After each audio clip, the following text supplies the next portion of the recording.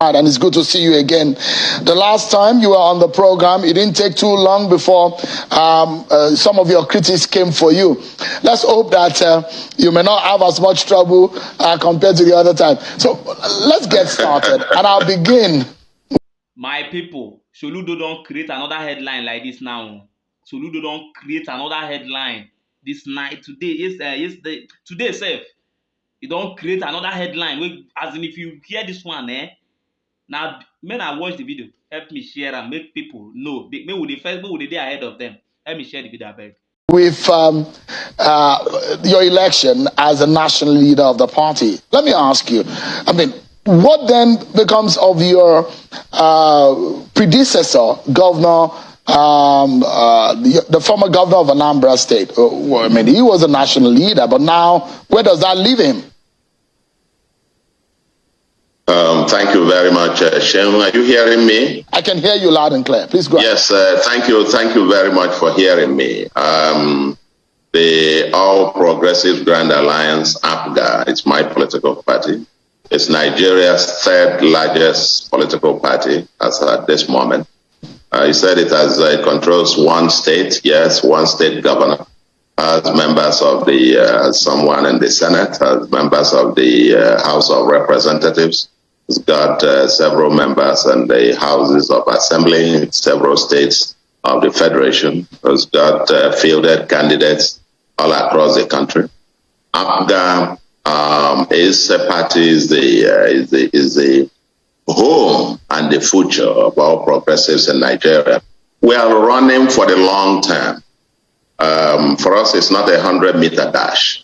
So 2023 election, we are focused on that, and we will be very competitive across the board, across the entire length and breadth of the country. But we have our eye on the long term, the future of this country.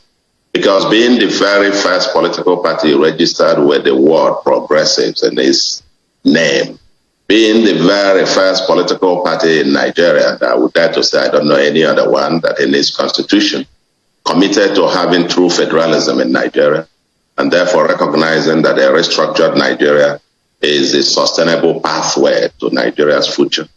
It is by its name, the Grand Alliance of all progressives. We believe, like I said, it is the home of all progressives, and we're looking forward, not just for this election, but even after the election and going forward, for a constellation of forces, progressives in Nigeria, coming together under this platform, to begin to chart a new pathway for Nigeria.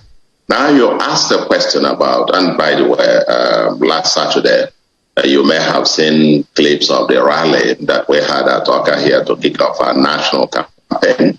And that is, many commentators have dubbed it to be the largest political rally, at least in the Southeast.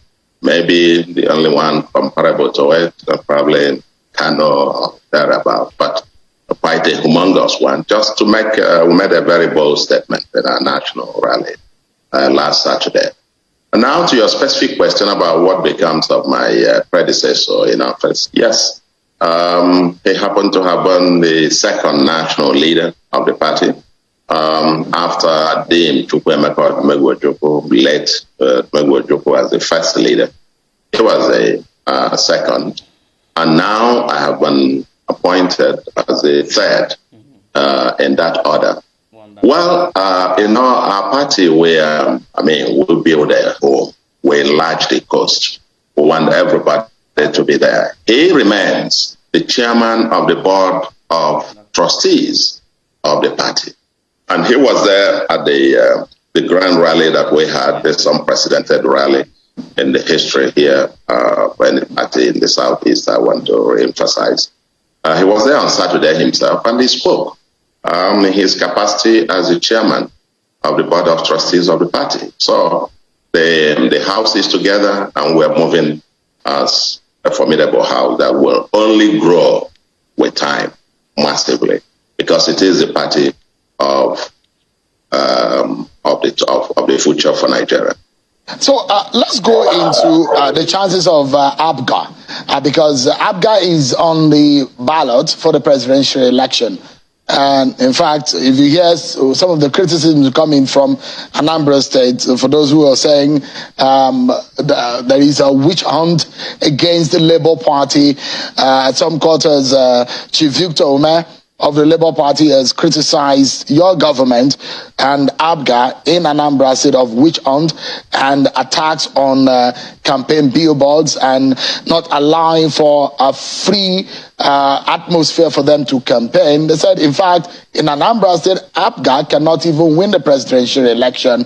How far can your party go in this presidential election, considering the fact that the son of the soil, Peter Obi, is from Anambra State and is getting the kind of attention that he's gotten? You've laid out your permutation as to how you think the presidential election will go, which you said may not go in the favor of Peter Obi.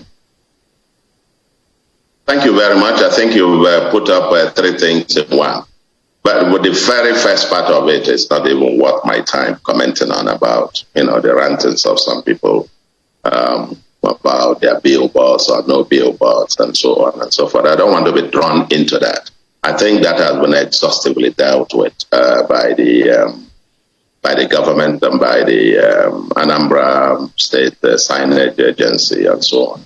That regulates this. The point that was repeating is that the advertisers of Nigeria, the signage agencies, have actually dubbed Anambra and commended me for being the most tolerant government with regards to electoral, free and fair electoral practice. It's on record, and everybody knows that I have for 2 times granted the presidential candidate of the Labour Party to use government property, government house for his campaign without charging him a penny. Nobody has done that. He didn't do that when he was governor. He didn't even allow Labour Party, where he is now, to freely campaign in Anambra. He denied them even the venue that they paid for. But I have allowed him to use government house twice free of charge. They were at Onitsha the other day and had their campaigns. They have their billboards all over the place. But the point is, when you fail to play by the rule, you put out billboards and you don't pay the relevant things, of course the signage agency will come after you. Even yesterday or so, I had a complaint. They pulled down even the board of one APGA candidate for a federal house. They pulled it, so he hadn't paid his own, and they pulled it down. This is a state for rule of law. And for anybody else conjuring anything, you might have to ask the question.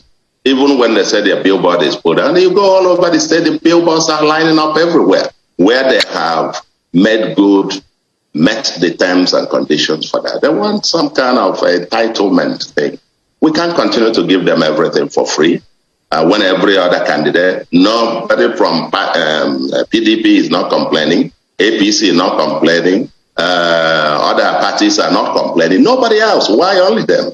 When we have granted them free, the presidential candidate free, twice, not once, twice. So indeed, the second time he had it, I had to cancel a pre-scheduled event meeting that I was supposed to have at that same venue, government premise. I had to relocate them to come, and I used canopies to have that meeting at the governor's lodge so that he could have the whole space to himself. That's how tolerant we are. That's who we are. And that's what APGA is all about. I have a whole lot of faults, but being petty is not one of them. So I don't want to get into those kind of... let's go. I was asking about the chances of APGA, but the question here is that you made a very, very, very long analysis and permutation about the 2023 election. That was when the election was still some 70 or 80 days away, but it's 36 days away now. Have you changed your mind, or your position still remains?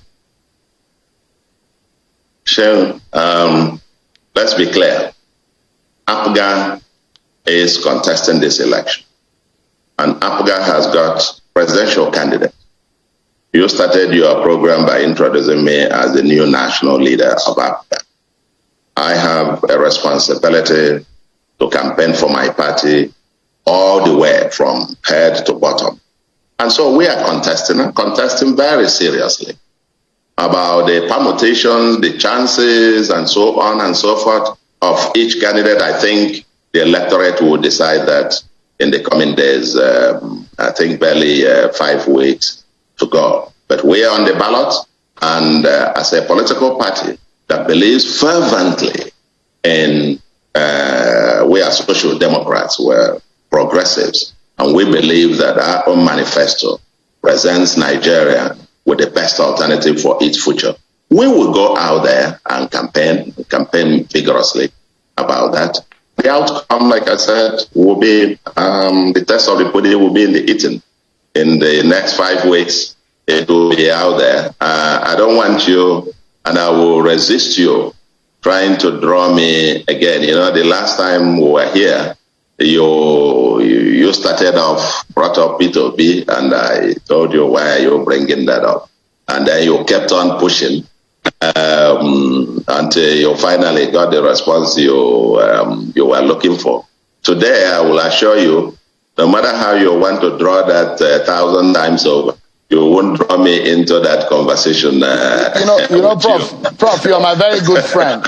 You are my very good friend, and we are. This is between Charles and Sheil. Don't let anybody come in between us right now. Yes. So the conversation is a friend to a friend. So let's keep it that way. Yeah. And the fact is, it's a friend to a friend, but others are listening. That's the important thing. Yes, but they may say what they want to say, but the question is, tonight, you analyzed the election and you thought that the election could go in a certain way. And that's the question I asked. If you still think that the 2023 election is off the hands of the Labour Party, you thought at that time in that piece that you wrote that election is between Bola Tinubu and Atiku Abubakar. That's your analysis. Well, I think you are naming those yourself, Shane. I don't think that in the election, by piece, I named who it was between this or between that. And that I mentioned that I didn't see the pathway for a Labour victory. That's my prognosis there. And all I can say to you today is that, and I will repeat it, and I said so in the same piece, that I wish Peter Obi the best of luck and let him go and compete as others. We are also competing on the same race with him. We have our own candidate who is also son of the soil, coincidentally from Anambra State as well. And he will do his own bit, get his own votes. Even the same piece itself, I even considered, you didn't point that out, that Peter Obi might win in Anambra State. I did mention that in that same piece. About winning the overall election itself, quite frankly, my prognosis of the entire election itself as to what was and what it is and so on and so forth, by that piece, if you just want one sentence to summarize it so you can go to the next, we can get on to other things, is that piece, as I wrote, I didn't just write it for today, I wrote it for history. Interesting. So one of the things that came out from those who deduced one or two things, and I was following the comments here and there for those who made some rebuttals to what you wrote.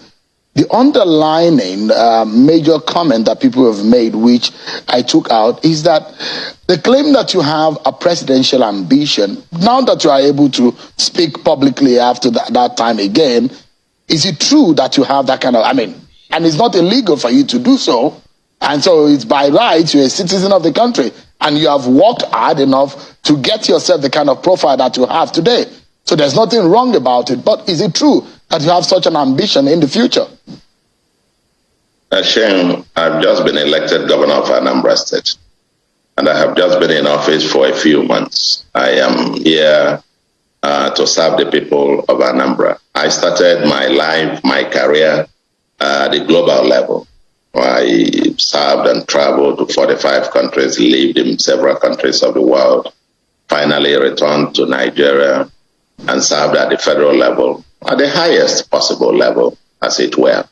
And now coming home to my own state to serve my people. Part of my own homecoming to give back to my own community what it is that I have to offer. That is what the people have asked me to come and do. And that is what I am spending 24/7 of my time focusing on. You see, there is this penchant in this country. When you lose an argument, you change the topic. I wrote a piece.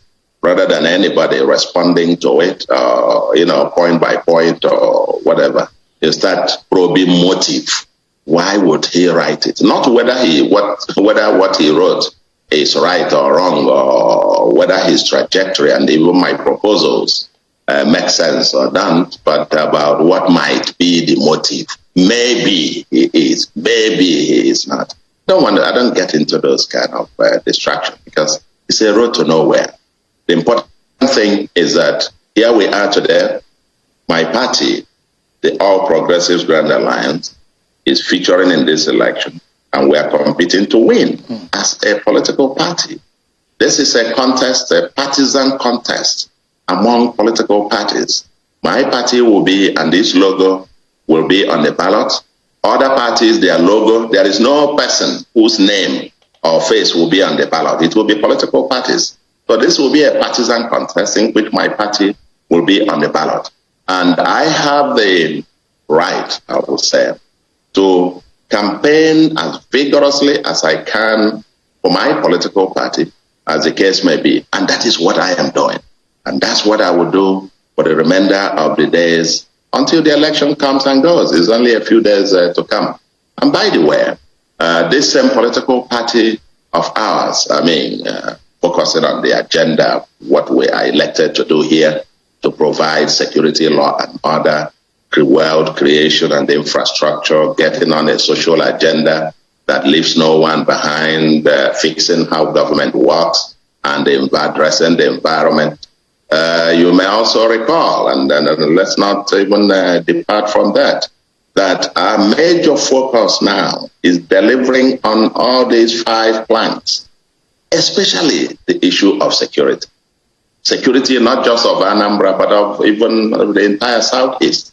And that's why, as you noted during the rally, we made a very passionate call to the federal government to help us secure the Southeast on a more fundamental, sustainable path by calling for the immediate release of Mazen Nnamdi Kanu from prison. He has to be part of that conversation. This must be the kind of conversation that we should be having now. All right. Not about who might have ambition or not. Yeah. So you're leading me to my next question. You all just nearly teased my next question, but I promise that I'm not going to push in this conversation at all on any matter. I'd like you to freely speak on what comes to your mind. But just in 10 seconds, we will keep this tape and it will be golden. If you can tell me, could there be a possibility of a President Charles Soludo one day? Would that ever be a possibility? Shehu, could there be? This is the second time being governor. No. You asked the question now. Listen. Just now maybe President Charles Soludo. Wait, you get an answer. The possibility of that is in the hand of God. The possibility, we don't even know who will be alive tomorrow. We don't even know who is going to be anything. Whatever anybody could be, whether I am today, I didn't plan for it. I didn't get onto it. I was, if you know the history as to how I got here, it's in the hand of God. God knows who will be alive tomorrow, who will become, who will not be. And that's why it's a little bit funny when people start sitting down to do all these computations in the history of man. There is what is called the G factor. That is the God factor. All right. So let me go straight to the next question. You made a public request for the release of Nnamdi Kanu, and there was a response from the Attorney General in an interview to an online newspaper where he said there hasn't been any official request made from you for the release of Nnamdi Kanu. You said publicly that you are ready to be a surety for Nnamdi Kanu. Now, are you willing to make that official and official request for the release of Nnamdi Kanu, or have you done so? He will receive that letter in a few days' time. And I'm very serious about this. And because it's not just something personal, it's not Chukuma, Charles Soludo, it's not about me or governance. It's about the life, security, and prosperity of the entire Southeast. See, we need to be serious and get into this conversation. We want this election to go peacefully in the Southeast. We want everybody to participate. We want peace and security to return. We want long-term transformation of this place for us to become very secured and prosperous component of Nigeria. But you need all the stakeholders around the table. Now, I thank the president for his assistance to the security agencies with what they call the kinetic approach. You know, the force, the shooting, the military, all the armed forces and the security forces. And they have been doing a great job in helping us. But we need to bring this thing to a sustainable conclusion. We need to discuss this security in a way and manner that brings, you can see the end. We don't want, you can't continue to shooting is one way of solving it. The non-kinetic approach is what would also complement this. And we want this thing to be fast-tracked in a manner to bring it to a close. For example, in Anambra here, we're doing all kinds of things with the youths, employing youths and getting them engaged, training thousands of youths, and to be dispensing resources to them very quickly. Part of this non-kinetic approach, we've instituted a commission of inquiry to be able to unravel the remote and the immediate causes of the insecurity and the agitations in the Southeast. But these are not enough. There is someone who is critical in this conversation. We need him around the table for us to, because we also believe, since it's, coming from this part of the country, the things we hear about their agitations tell us that they're also concerned about the prosperity of the Southeast. But we can't have sustainable prosperity if we don't have sustainable security. And to have that sustainable security, we need the critical forces around the table. And that's why I will continue to push on this. And I want to believe that other leaders on the Southeast and all men of good and women of good conscience and goodwill in Nigeria will join in this call because we want the Southeast to be part of this election and to prosper. That we need Nnamdi Kanu. And I said, my request is twofold. Either grant him unconditional release as per the court judgment, or if that is becoming and there are other circumstances or reasons why he is being held, then grant him administrative bail. And I am prepared to provide as surety. I don't even mind. I'll keep him here. To host him here at the governor's, the government house or governor's lodge, and so on, and to provide him whenever he is required. Wonderful. I think this should be very straightforward to all of us, and I want to believe, and I know that the president is concerned about the security of the Southeast. We met with the service chiefs, and everybody expressed concern about the security of the Southeast, and everybody should be interested now in how we bring this to some conclusion. And that's why I made this call. So summary is that letter, someone drew my attention to that, and that letter will be on his desk in a few days' time. Governor Charles Soludo, thank you so much indeed. Always a pleasure having you talk to us on some of these very important issues that you have touched on tonight. Thank you so much indeed. I hope I didn't push more than you expected tonight. No, thank you, Shehu. You are my friend, and when you push too hard, I will push you harder even. Thank you so much. I appreciate it. Thank you.